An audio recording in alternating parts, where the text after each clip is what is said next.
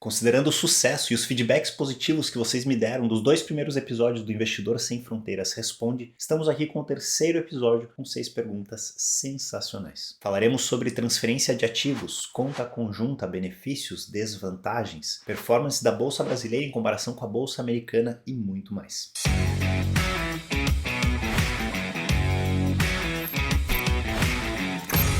Se você é novo aqui no canal, seja muito bem-vindo. Meu nome é Daniel Staff, eu sou especialista em investimentos internacionais e finanças comportamentais e a minha missão aqui é trazer conteúdo de qualidade para que você tenha autonomia com o seu dinheiro e os seus investimentos. E já vamos direto para a primeira pergunta do dia, que foi feita pelo Ale_Volpato e ele disse: como transfiro ativos de uma corretora sem ETFs irlandeses para uma com eles? E caso você esteja se perguntando por que ele está buscando ETFs irlandeses, o que tem a ver a Irlanda com investimentos globais? E os ETFs custodiados na Irlanda não necessariamente expostos à economia irlandesa, mas expostos à economia global, porém custodiados na Irlanda, trazem diversas vantagens para o investidor brasileiro. Se você está no Brasil e investe nesses ETFs irlandeses, montando uma estratégia global através deles, você reduz o imposto que você paga sobre os dividendos em mais da metade e você também se protege contra o imposto de herança americano, além de facilitar a sua declaração de imposto de renda no Brasil através dos ETFs de acumulação. Se você quer saber mais sobre esses ETFs, sobre as vantagens e desvantagens e por que escolher eles ou não, eu recomendo que você assista esse vídeo aqui. Mas respondendo a Ale, a forma que você tem de trocar de uma corretora para outra, afinal a grande maioria delas não te dá acesso aos ETFs irlandeses, é simplesmente você fazendo uma transferência que é chamada de ACAT. ACAT é uma sigla que significa Automated Customer Account Transfer. E é um documento que você preenche e você transfere os seus ativos de uma corretora para outra com muita facilidade. Então você irá escolher uma corretora que te dá exposição aos ETFs irlandeses, a Interactive Brokers é uma delas que aceita brasileiros, você abre a conta lá e você fala com eles, com a corretora nova que você vai enviar o dinheiro, que você quer puxar suas posições de uma corretora antiga. Eles vão te dar esse documento, o ACAT, e você vai preencher ele com seu nome, número de conta, posições da corretora antiga e numa questão de poucos dias eles fazem essa transferência para você. Você não precisa nem conversar com a corretora antiga que você está saindo. E aí o que acontece é que você vai transferir ativos muito provavelmente americanos, ETFs americanos. E a única solução que você tem para trocar os americanos pelos irlandeses é vendendo as posições que você já tem e comprando novos ETFs irlandeses. E aqui eu te trago algumas sugestões para fazer isso da forma mais eficiente possível. Primeiro, se você está numa corretora que não cobra corretagens, faça as vendas dentro dessa corretora. Afinal, as compras que você fizer na Interactive Brokers terá um custo de corretagem. Fazendo essas vendas na sua corretora antiga, você pode até transferir o dinheiro, fazer um wire transfer, que geralmente é mais barato que o ACAT. É uma transferência bancária similar ao TED no Brasil, por exemplo. E transferindo para a corretora nova que te dá o acesso, você refaz as compras, você reestrutura a sua carteira a partir dos ETFs irlandeses. Uma outra sugestão que eu te dou é sempre fazer as vendas dos ETFs americanos em no máximo 35 mil reais por mês. Se você faz vendas de até 35 mil reais, não o lucro, mas a venda completa até 35 mil reais, você não precisa pagar o imposto sobre lucro, caso você tenha algum lucro nessas posições. Então, se você tem uma carteira de 60 mil reais, faça vendas de 30 mil em um mês e 30 mil em outro. Nunca passe dos 35 para evitar pagar esse imposto. Então, resumindo, venda os seus ativos na sua corretora original, caso não pague as corretagens dela, faça a transferência ou dos ativos por ACAT ou do dinheiro por wire transfer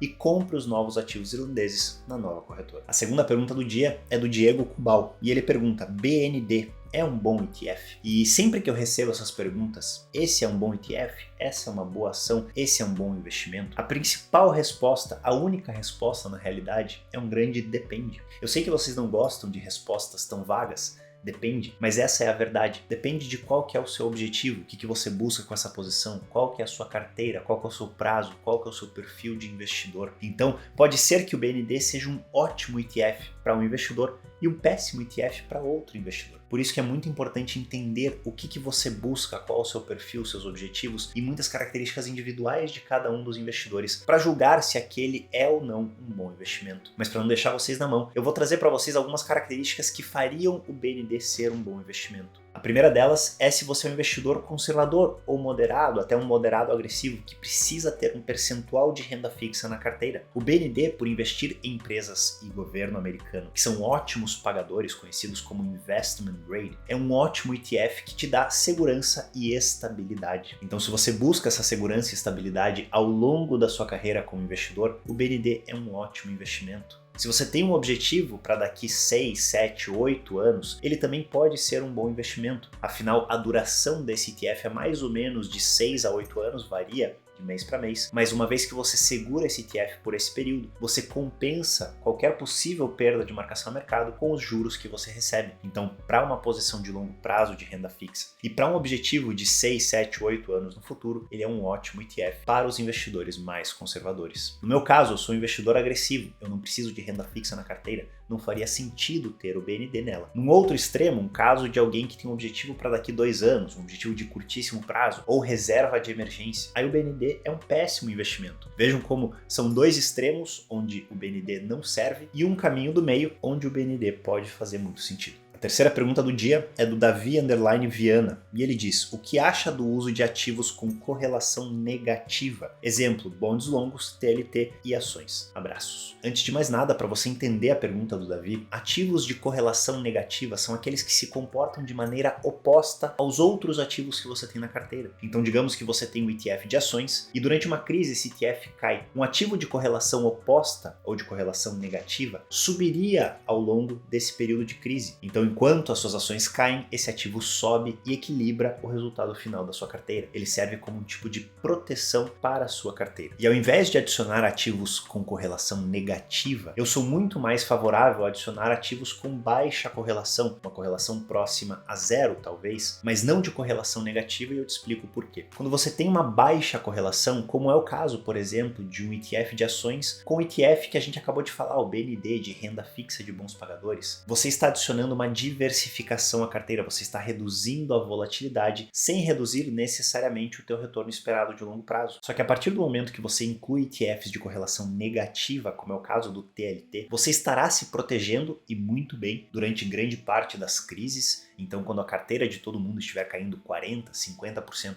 a tua vai estar caindo talvez 10% ou 20%, porque vai ter uma posição se valorizando, mas saiba que essa posição pode sair muito cara. Essa posição ela trabalha como uma âncora na sua carteira. Se a gente olha para os retornos históricos da bolsa, a tendência é que ela suba muito no longo prazo. Então a partir do momento que você adiciona uma posição que cai quando a bolsa sobe, no longo prazo a tendência é que esse ativo piore a sua rentabilidade. Ele vai te proteger durante as crises, mas fora delas ele vai ser uma âncora para a sua carteira. E considerando isso, eu não vejo motivo para ter esse ETF. Se você é um investidor mais conservador, você adiciona posições mais defensivas de correlação baixa ao invés de correlação negativa. E se você é um investidor agressivo, você não precisa temer as crises. Você sabe que elas existem, você monta uma estratégia preparada para enfrentá-las e não para se proteger delas. Ao enfrentar a crise sem essas proteções, sem essas âncoras, a tua estratégia de longo prazo tende a dar melhores resultados. A próxima pergunta do dia é do A_R Salgueiro e ele diz: investir para aposentadoria, porém,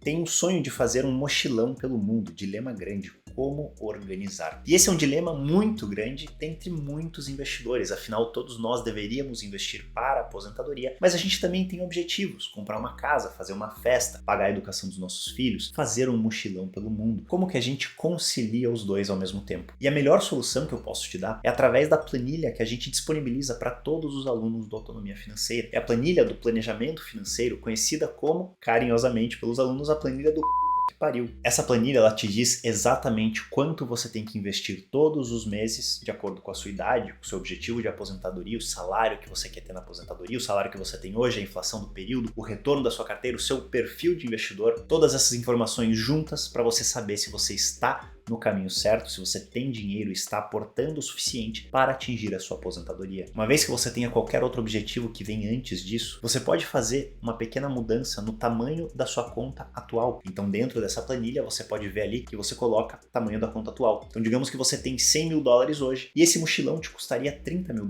Você simplesmente reduz esse montante do valor da conta atual de 100 para 70, menos os 30 usados para o mochilão, e você vê se você ainda está no caminho certo, se você ainda tem dinheiro suficiente, o seu plano está dando certo para você atingir a sua aposentadoria. E é muito interessante utilizar essa planilha porque ela te mostra se você pode gastar mais ou menos, se você precisa fazer aportes maiores ou menores, se você vai chegar ou não naquela tão sonhada independência financeira. E ela também te mostra se você tem essa flexibilidade de usar 30 mil, 50 mil, 100 mil, que seja o valor para você realizar um sonho de curto prazo. E é muito legal também que a partir do momento que você faz esses ajustes na planilha, você consegue dar pesos aos seus objetivos. Por exemplo, digamos que você esteja atingindo a sua aposentadoria justo, que você esteja no zero ali, que você não precise investir mais ou menos. Se você fizer esse mochilão, a planilha vai te mostrar que você precisaria trabalhar 3 anos a mais antes de se aposentar para então atingir a sua independência financeira. E aí você tem que colocar na balança. Será que vale fazer esse mochilão hoje e ter que trabalhar 3 anos a mais quando eu tiver 60, 70 anos de idade? Para algumas pessoas a resposta é óbvio que sim, quero fazer esse mochilão e vou aproveitar ele o máximo possível. Para outras pessoas, 3 anos a mais de trabalho, ou 2 anos, ou 1 ano, eu não sei qual que será o resultado da sua planilha, você talvez não ache que vale a pena. Então o primeiro passo é você calcular se isso vale a pena ou não dentro da tua realidade. E essa planilha é disponibilizada a todos os alunos da Autonomia e a gente abre uma nova turma agora no mês de janeiro, daqui a algumas semanas. Te convido a deixar o seu nome na lista de espera na descrição aqui embaixo. E sobre os investimentos, você pode tanto montar uma carteira diferente em até uma outra corretora destinada somente para esse objetivo de curto prazo, ou você pode montar uma carteira normal junto com seus investimentos de longo prazo, dependendo da importância que for esse objetivo. Se é um objetivo muito importante, você tem que montar uma carteira diferente, com ativos segregados, focando exclusivamente nesse objetivo. Agora, se é um objetivo desejável, tem uma flexibilidade de prazo que você pode deixar para daqui 2, 3, 5 anos, caso os seus investimentos não vão bem, aí você pode montar tudo junto em uma mesma carteira. Faz essa carteira para aposentadoria e se tudo der certo, e se a tua planilha te deixar, se fizer sentido, você tira esse dinheiro e paga o seu sonho do mochilão. A quinta pergunta do dia veio da Ivana Oliveira Fraga. E ela disse: quais as vantagens e desvantagens em uma conta conjunta na IB, na Interactive Brokers? E uma coisa que eu posso dizer para vocês é, sempre que possível,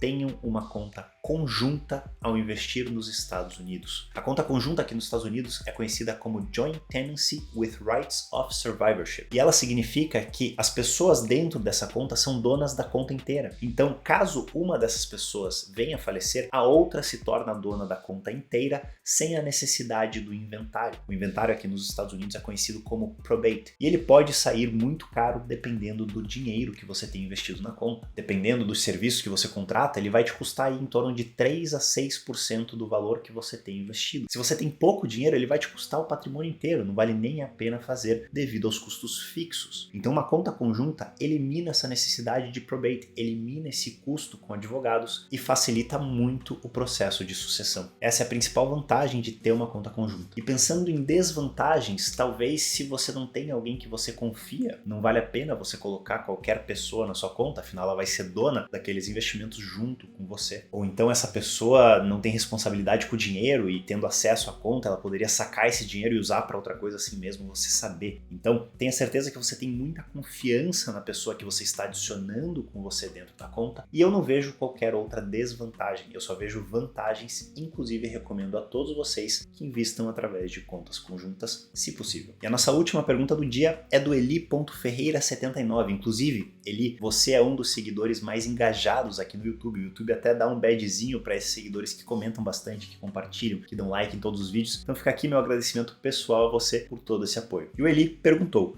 com toda a zona e problemas políticos do Brasil, por que esse ano aqui a bolsa foi melhor do que nos Estados Unidos? Eu acabei de ver aqui que a bolsa americana esse ano, até dia 21 de dezembro de 2022, caiu 19,14%, enquanto a bolsa brasileira, medida pelo índice Bovespa, subiu 3,38%. E aí, a pergunta do Eli está em linha com esses resultados. Por que que no Brasil, com todo esse caos que está acontecendo, a bolsa subiu 3 ponto alguma coisa, enquanto nos Estados Unidos ela caiu 19 ponto alguma coisa? E existem diversas falhas nessa visão, existem diversos erros quando a gente encara e a gente compara esses resultados e deduz que a bolsa americana teria que ter um resultado melhor, afinal as coisas estão mais estáveis por aqui. Primeiro que existe essa discussão, né? O que é estável, o que não é? Será mesmo que os problemas que estão acontecendo aqui nos Estados Unidos são menos graves do que os problemas que estão acontecendo no Brasil? Dependendo da ótica que você encara esses acontecimentos, você pode dizer que sim ou que não, mas isso não importa. O que importa é que resultados de curto prazo na renda variável são totalmente aleatórios. É por isso que eu digo, parafraseando um dos melhores investidores do mundo, Howard Marks, que diz que bons investimentos podem dar resultados ruins no curto prazo e péssimos investimentos podem dar ótimos resultados no curto prazo. A partir do momento que você julga se o investimento é bom ou não pelo resultado dele de curto prazo, você está cometendo um erro gravíssimo. E eu poderia aqui listar diversos motivos e explicações e notícias e dados econômicos para justificar esse acontecimento, para te dar uma resposta, assim como o noticiário financeiro sempre te dá uma resposta pronta, uma explicação do porquê tudo está acontecendo. Mas a realidade é que não existe uma resposta correta. Muito provavelmente a Bolsa Brasileira já vinha numas quedas consecutivas há anos atrás, então a base do começo do ano até agora estava muito mais fraca, era muito mais fácil dar uma performance boa vindo de resultados tão ruins. Por outro lado, a Bolsa Americana estava disparando, estava nas máximas históricas, estava em retornos excepcionais até o finalzinho do ano passado. Então a base era muito forte e é muito mais fácil ter resultados negativos a partir de uma base forte do que a partir de uma base fraca. E é justamente isso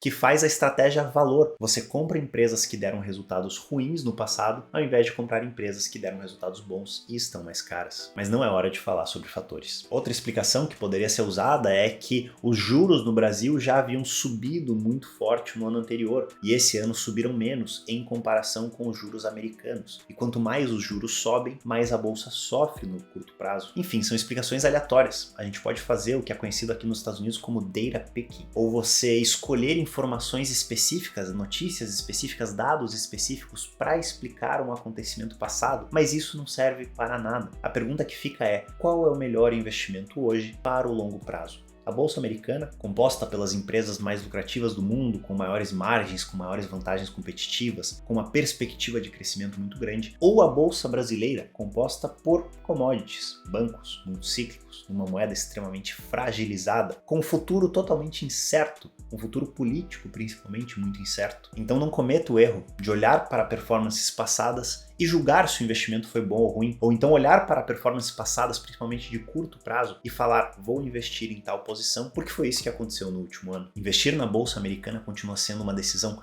muito melhor, muito mais racional, muito mais eficiente para o longo prazo do que investir na Bolsa Brasileira. Inclusive, investir na Bolsa Mundial, em uma estratégia globalmente diversificada em diferentes países, regiões e moedas, continua sendo a melhor estratégia, que eu defendo aqui todos os dias, não somente em uma bolsa ou outra. Então ignorem completamente essas notícias que buscam explicar o que já aconteceu e os resultados de uma ação, de um fundo, de um ETF ou de uma bolsa de curto prazo. Eu espero que vocês tenham gostado de mais uma série, o Investidor Sem Fronteiras Responde. Não esqueçam de me seguir lá no Instagram para me fazer novas perguntas, para eu vir aqui responder vocês, de dar um like nesse vídeo se você aprendeu alguma coisa e de se inscrever no canal para você não perder os próximos vídeos. Eu vejo vocês no ano que vem, no próximo vídeo.